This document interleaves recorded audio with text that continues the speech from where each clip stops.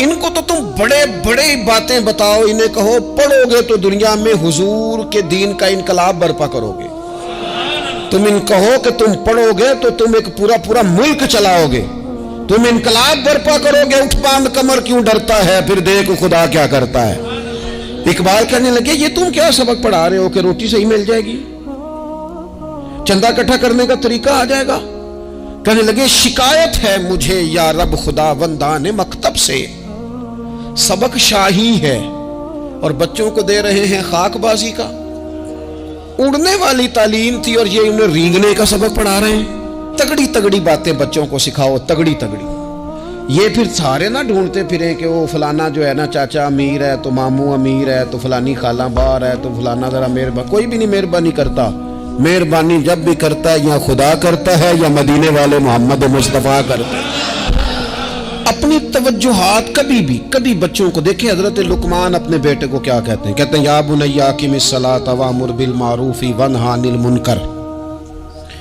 حضرت لقمان اپنے بیٹے کو سمجھاتے ہیں، کہتے ہیں اے بیٹا نماز قائم کرنا، لوگوں کو بھلائی کا حکم دینا، برائی سے منع کرنا، وَاصْبِرْ عَلَىٰ مَا أَصَابَكَ، اور جب مصیبت پہنچے تو صبر کرنا، ادھر ادھر رونا دھونا نہ کرنا۔ نماز پڑھنا، بھلائی کا حکم دینا، برائی سے منع کرنا، اور اگر کوئی مصیبت پہنچے تو اس پر صبر کرنا۔ کتنے کام ہو گئے؟ 4۔ ایک نماز پڑھنی ہے، ایک بھلائی کا حکم دینا ہے لوگوں کو، ایک برائی سے، اور اگر کوئی مشکل آئے تو کیا کرنا ہے؟ ان ذالک من عزم الامور۔ فرمایا بیٹا یہ بڑی ہمت والے کام ہیں، ہمت والے کام کرنا، ہمت والے، طاقتیں اپنی قائم رکھنا، کمزور نہ پڑنا، لوگ تمہارے آنسو نہ دیکھیں، کوئی تمہیں تڑپتا نہ دیکھے۔ چھوٹا چھوٹا زخم لے کر لوگ سگنل پہ کھڑے، چھوٹی چھوٹی مجبوریاں لے کر لوگ مانگنے کے لیے دروازوں پر کھڑے ہیں۔ امت مسلمہ کا یہ مزاج نہیں، یہ وقار نہیں، یہ انداز نہیں۔ ہم تو بانٹنے والے لوگ، چلے مشکل آ جاتی ہے، زندگی میں ضروریات پڑ جاتی ہیں، قرضہ صحابہ بھی لے لیا کرتے تھے، لیکن یہ جو لہجے آج ہم نے اختیار کر لیے، کمزور ہو جانا، کچا پڑ جانا، غریبی کا رونا، یہ انداز اہل ایمان کا۔ بچوں کو طاقتور ہونا چاہیے۔ میرے نبی کریم صلی اللہ تعالی علیہ وآلہ وسلم نے نا ارشاد فرمایا، ایسا نہیں ہے کہ کوئی بندہ کمزور ہے تو وہ ناپسندیدہ ہے، یہ نہیں فرمایا کہ جو بزدل ہے تو وہ بڑا کوئی کٹا ہوا آدمی ہے، لیکن حضور فرماتے ہیں، صحیح مسلم میں حدیث موجود ہے، حضور فرمانے لگے طاقتور مسلمان نا اللہ کی نظر میں بزدل مسلمان سے زیادہ پیارا ہے۔ طاقتور ہے نا، اس کی شان زیادہ ہے۔ یہ جو با ہمت ہے، با حوصلہ ہے، جس کے اعصاب مضبوط ہیں، یہ رب کریم کی بارگاہ میں باوقار ہے، اللہ کے حضور اس کی قدر ہے۔ اور حضور علیہ الصلوۃ والسلام صحابہ کو دعائیں سکھایا کرتے تھے، اور تعلیم امت کے لیے خود بھی حضور وہ دعا فرمایا کرتے تھے، کہتے تھے اے اللہ بزدلی سے بچا، کنجوسی سے بچا، اے اللہ اس بڑھاپے سے بچا جو انسان کو بڑا پریشان کر دے۔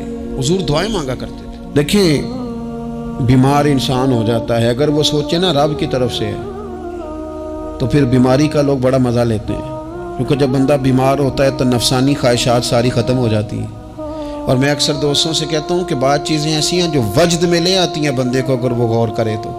آپ یہ حدیث پاک سنیں، حضور علیہ السلام نے فرمایا بیمار کے ساتھ ضد نہ کرو کہ ضرور کھا، ضد نہ کرو، اس لیے کہ اللہ اسے کھلا بھی دیتا ہے، پلا بھی دیتا ہے۔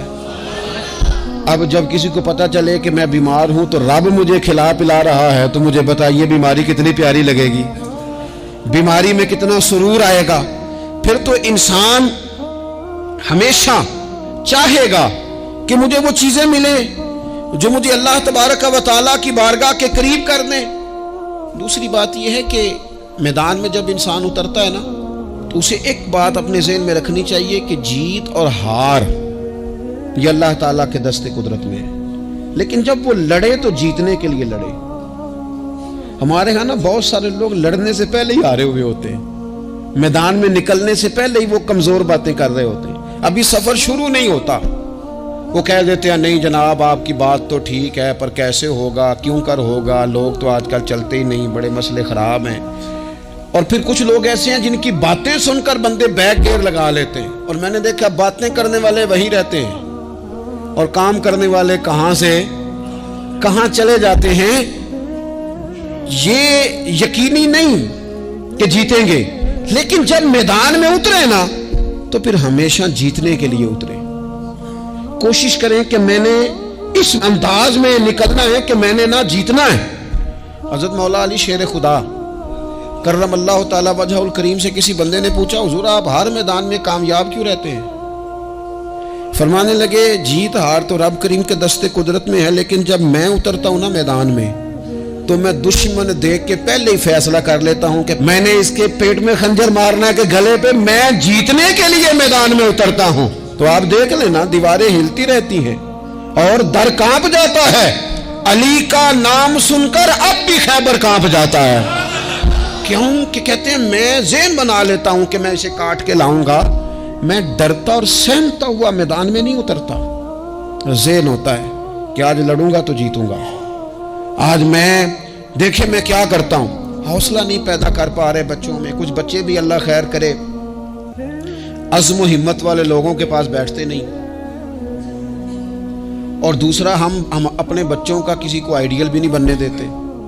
بچے کسی کا نام لیتے ہیں تو ہم کہتے ہیں پتر چھاٹ پر یہ دور ہی نہیں ہے۔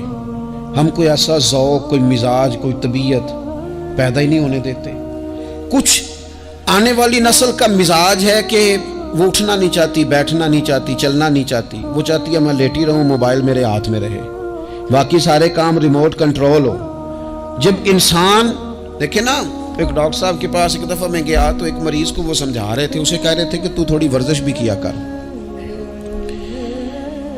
تھوڑی ورزش بھی کیا کر، اور ساتھ انہوں نے بڑی اچھی بات کی، کہنے لگے اللہ تعالیٰ نے نا جسم میں جوڑ بنائے ہیں، یہ گھٹنے ہیں، یہ کونیاں ہیں، اللہ نے جوڑ بنائے ہیں، اسی لیے تو بنائے تھے کہ تھوڑی ان کو حرکت بھی دی جائے، لیکن اگر آپ ان جوڑوں کو حرکت ہی نہیں دیں گے تو یہ تو زانگا لود ہو جائیں گے۔ تو کام زندگی میں عزم کے ساتھ، ہمت کے ساتھ، اور سب سے بڑی مضبوطی یہ ہے کہ آپ یہاں سے مضبوط ہوں، آپ اعصابی طور پر مضبوط ہوں۔ یہ جو کمزوری ہے نا، ذہنی کمزوری، میں نہیں پسند کرتا کہ مطلب خواتین بچوں کو اس لیے ڈرائیں کہ بیٹا او ہو بلی آ گئی ہے۔ بلی کیا ہوتی ہے جی؟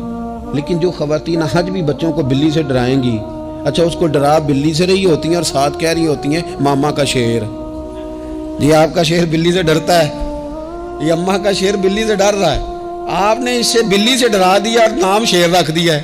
یہ کیسا شیر ہے کہ جو بلی آتی ہے تو بھاگ جاتا ہے؟ یہ ماحول مطلب متضاد ہے۔ یہ کاکروچ دیکھ کر چیخیں مارنا نا، یہ برگر فیملی ہونے کی علامت ہے۔ چھپکلی دیکھ کر نا چیخیں مارنا، یہ امیر گھروں کی علامت ہے، پڑھے لکھے لوگوں کی علامت۔ یہ کیا مذاق ہے؟ جو قوم چھپکلی سے ڈرتی ہے، کاکروچ سے ڈرتی ہے، اور جو لوگ کہتے ہیں ہو یہ جناب یہ تو اندر میرے وہ آ گیا ٹوکا تو یہ کھا جائے گا، تو یہ قوم انقلاب برپا کرے گی، یہ میدانوں میں نکلے گی۔ بڑے خوبصورت انداز میں ویڈیو بنا کے تو اس کو شیئر کیا جاتا ہے کہ وہ جی قربانی والے دن بکرا ذبح ہو رہا تھا تو بچہ رو پڑا۔ کیا بات کرتے ہیں آپ؟ یہ جہاد کرے گا بچہ کل کو جو بکرے ذبح ہونے پر روتا ہے؟ اعصابی مضبوطی ذہنی طور پر مضبوط کب ہوتی ہے؟ جب انسان اخلاقاً مضبوط ہوتا ہے، اس کی طبیعت وزادار ہوتی ہے، اس کا مزاج اسے مضبوط کرتا ہے۔ آپ ایک حدیث دیکھیں، ترمذی میں موجود ہے، حضور علیہ الصلوۃ والسلام نے فرمایا جب اللہ تعالیٰ نے زمین کو پیدا کیا تو زمین ہلنے لگی۔ اللہ نے پہاڑوں کو میخیں بنا کر، قلعے بنا کر زمین میں لگا دیا تو زمین ٹھہر گئی۔ فرشتے فوراً عرض گزار ہوئے کہ مالک تیری سب سے طاقتور مخلوق یہ پہاڑ ہیں؟ فرمایا نہیں، لوہا جو ہے نا وہ پہاڑوں سے بھی طاقتور ہے، کیونکہ لوہا پہاڑ کو کاٹ دیتا ہے۔ یا اللہ پھر لوہا سب سے طاقتور ہے؟ فرمایا نہیں، آگ اس سے بھی طاقتور ہے۔ کیا آگ سب سے طاقتور ہے؟ تو فرمایا نہیں، پانی بھی ہے۔ کیا پانی طاقتور ہے؟ فرمایا ہوا بھی ہے، جو پانی کا رخ پھیر دیتی ہے۔ مسلمانوں خدا را اس سے بڑا ذوق نہیں ملے گا۔ میں طاقتور ہونے کا طریقہ بتا رہا ہوں، ہمارے ہاں لوگ سمجھتے ہیں کہ میں بولتا زیادہ ہوں اس لیے میں طاقتور ہوں، میرے پاس اسلحہ زیادہ اس لیے میں یہ دیکھو حضور نے بتایا طاقتور کون ہوتا ہے۔ یا رسول اللہ پتھر پہاڑ طاقتور ہے؟ تو فرمایا نہیں، ان پر تو لوہا ہے، لوہا طاقتور ہے، نہیں اس پر تو آگ ہے، آگ طاقتور ہے، نہیں اس پر تو پانی ہے، پانی طاقتور، اس پر تو ہوا ہے۔ تو حضور پھر مہربانی کریں بتائیں طاقتور کون ہے؟ تو یہ دیکھو نا، یہ یاد رکھو نا، یہ کائنات کے سب سے بڑے حکمت والے محبوب کی بات یاد رکھو نا۔ حضور فرمانے لگے سب سے زیادہ طاقتور وہ مومن ہے جو سیدھے ہاتھ سے صدقہ دیتا ہے اور دوسرے کو پتہ بھی نہیں لگنے دیتا۔ اس ہاتھ سے صدقہ دیا اور اس ہاتھ کو پتہ، جس میں یہ اخلاقی طاقت آ جائے نا کہ اللہ کے راستے میں دیکھ کر پھر اسے چھپانا آ جائے، بڑا طاقتور آدمی۔ میں یہ سب سے بڑا طاقتور ہے جس نے اپنے رب سے راز نیاز شروع کر لیے، اللہ کے راستے میں دیتا ہے پھر کسی کو خبر۔ یہ کون سی طاقت ہے؟ یہ روحانی طاقت ہے، یہ اخلاقی طاقت ہے، یہ کردار کی طاقت، یہ سوچوں کی طاقت ہے، یہ آپ کے مزاج کے بلند ہونے کی طاقت ہے۔ لیکن اگر مسجد میں ٹائلیں لگوا کر بھی ایک ٹائل پہ نام لکھوا لیا ہے، اگر کہیں تعاون کر کے بھی کہا میرا ذکر کرو، کوئی خدمت کر کے کہا میرا نام لو، پھر آپ کمزور ہیں، پھر آپ طاقتور نہیں ہیں، پھر آپ نے بزدلوں جیسا کام کیا، پھر آپ نے وہ رنگ اختیار کیا ہے جو شاید آپ کو ذہنی طور پر بڑی کوفت میں مبتلا کر دے۔ تو اعصابی طاقت، اعصابی قوت، آپ دیکھیں حضرت صدیق اکبر رضی اللہ تعالیٰ عنہ، حضور نے تربیت کی تھی نا۔ میں ذمہ داری سے کہتا ہوں کہ تعصب کی اینک نہ کسی نے پہنی ہو، ورنہ کائنات میں عشق کی داستان ختم ہو جاتی ہے جناب صدیق اکبر پر۔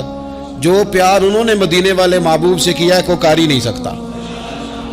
اور ہر وقت کی جدائی، ہر وقت کی، یعنی بیٹھے بیٹھے نا حضور کے وصال کے بعد بیٹھے بیٹھے حضرت صدیق اکبر اٹھ کے نا تو ایک رستے پہ چلنا شروع ہو گئے۔ کسی نے پوچھا وہ بکر کہاں جا رہے ہو؟ کہنے لگے یار ایک دن نا محبوب 2-3 دن کے لیے کہیں گئے تھے، اس رستے واپس آئے تھے۔ جنہاں دے دل پر جانی وچھڑن کون روے پھر تھوڑا، یہ سب روگاں دا روگ محمد جس دا نام وچھوڑا۔ پریشان ہوں تو دل کر رہا پتہ نہیں یہاں سے آ نہ جائیں۔ اتنا زیادہ محبوب کی غلامی اور نبی پاک کی محبت کا ذوق، لیکن اعصابی طور پر مضبوط کتنے تھے؟ حضور کے وصال کے بعد جس بندے نے اپنے پروں کے نیچے پوری امت کو سنبھال لیا ہے نا، اس کا نام بھی ابو بکر صدیق ہی ہے۔ ایسے ایسے سنبھال لیا، سب سنبھال، دکھ سب سے زیادہ لیکن سنبھالا۔ کوئی زکوٰۃ کا منکر پیدا ہو رہا ہے، کوئی ختم نبوت پہ حملہ کر رہا ہے، کوئی کچھ ہو رہا ہے، کوئی کچھ ہو رہا ہے، ابو بکر صدیق نے فرمایا سارے لشکر روانہ کرو۔ جہاں جہاں حضور نے فرمایا تھا جہاد کرو، فرمایا جو ایک رسی بھی زکوٰۃ کی نہیں دے گا وصول کریں گے۔ لوگوں نے کہا حضور حالات بڑے اور طرح کے ہیں، کیسے کام چلے گا؟ حضرت عمر جیسے دلیر بندے بھی کہنے لگے جناب یہ نظام کیسے چلے گا؟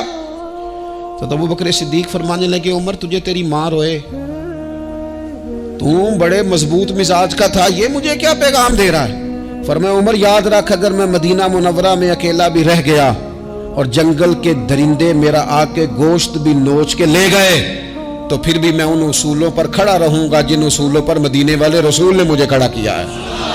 ذرا گنجائش نہیں، ہم یہاں سے مضبوط لوگ ہیں، یہاں سے ذہنی بلندی، ذہنی پختگی، یہ حسن ہے زندگی کا۔ یہ کیا بات ہوئی؟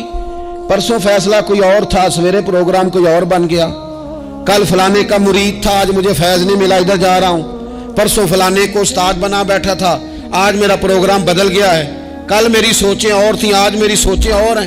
جو قوم ساری زندگی تعین ہی نہ کرے وہ کام کیسے کرے گی؟ جو رستے کا آغاز ہی نہ کرے وہ منزل پر کیسے پہنچے گی؟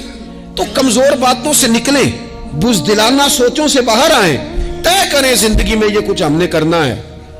میں نے کہا ہے نکلے میدان میں جیتنے کے لیے، پھر رب کی مرضی ہے، پھر اللہ کی مرضی ہے۔ ساری زندگی صحابہ پر قرض رہا، قرضے بھی رہے، خدمتیں بھی ہوتی رہی، جہاد بھی ہوتے رہے،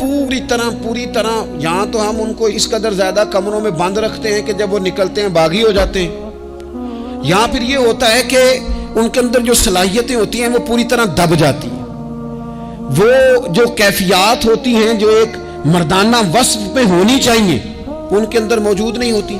اقبال کہتے ہیں آئین جواں مرداں حق گوئی و بے باکی، اللہ کے شیروں کو آتی نہیں روباہی.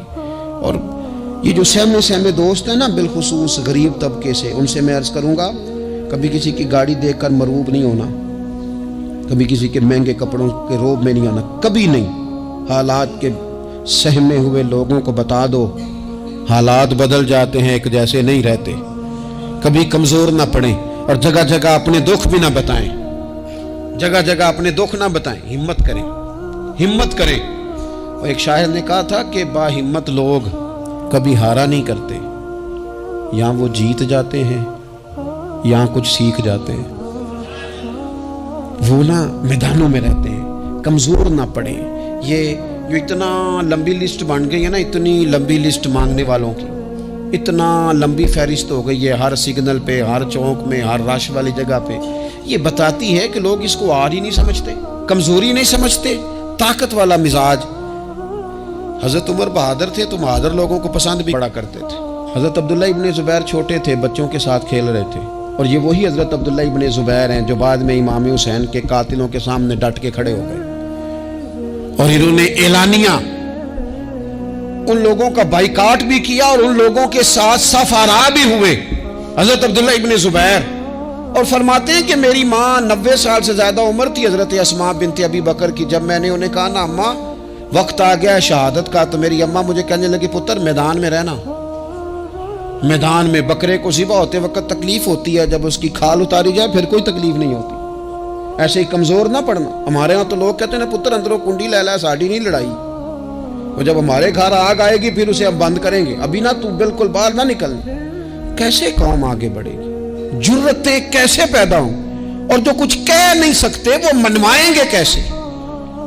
جو بات کرنے کی طاقت نہیں رکھتے وہ اپنا منوائیں گے کیسے؟ حضرت عبداللہ ابن زبیر رضی اللہ تعالیٰ عنہ اپنے دوستوں کے ساتھ گلی میں کھیل رہے تھے، جناب عمر فاروق آ گئے. حضرت عمر فاروق کا جلال تھا، بچے ان کو دیکھ کے دوڑ گئے. حضرت عبداللہ ابن زبیر کھڑے ہیں. حضرت عمر قریب آئے، کہنے لگے پتر آپ کیوں نہیں دوڑے؟ حضرت عبداللہ ابن زبیر چھوٹے سے ہیں، کہنے لگے جی کیوں میں دوڑتا، میں نے کوئی جرم کیا ہے؟ کوئی میں نے غلطی کی ہے؟ بھلا کیوں دوڑوں؟ آرام سے کھیل رہے ہیں اور نہ ہم نے کوئی رستہ بند کیا، جگہ ہے، آپ نے گزرنا تو گزر جائیں. چاہیے تھا نا حضرت عمر ناراض ہوتے، پر جناب عمر نے ماتھا چوم لیا. کہنے لگے کیا بات ہے بیٹا، ان چیزوں پر ذرا قائم رہنا. کہنے لگے جرم کی ہے؟ کیا مطلب ہے اس بات کا کہ فلانا ہے تو دوڑ جا؟ کیوں دوڑیں جی؟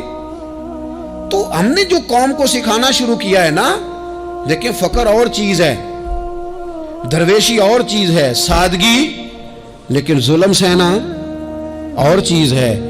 دنیا میں قتیل اس سا منافق نہیں کوئی جو ظلم تو سہتا ہے بغاوت نہیں کرتا. اپنی زندگی میں عزم کو، ہمت کو، نظریے کو بلند کریں، مظلومانہ مزاج نہ پیدا کریں، بلا وجہ دکھ سنا کے اپنے آپ کو کمزور نہ کریں.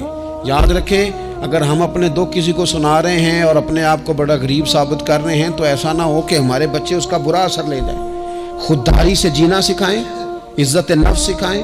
ہر وقت گھر کے اندر، کلاس کے اندر، اپنے دوستوں کی جمعیت کے اندر کمزور باتیں نہ کریں، رو دھو کے وقت نہ گزاریں. رونے سے بھی رات گزر جاتی ہے، ہنسنے سے بھی رات گزر جاتی ہے، ناشکری سے بھی دن بیت جاتا ہے اور شکر سے بھی. لیکن بس بات اتنی ہے کہ شکر والوں کا ذرا صحیح بیت جاتا ہے، ہنسنے والوں کا ذرا صحیح بیت جاتا ہے. زندگی میں عزم کے ساتھ، ہمت کے ساتھ لوگ جس حال میں مرنے کی دعا کرتے ہیں، معاذ اللہ، لوگ جس حال میں مرنے کی دعا کرتے ہیں، ہم نے اس حال میں جینے کی قسم کھائی ہے. اللہ تعالی ہمیں سمجھنے کی توفیق عطا کرے. آخر دعوانا الحمدللہ رب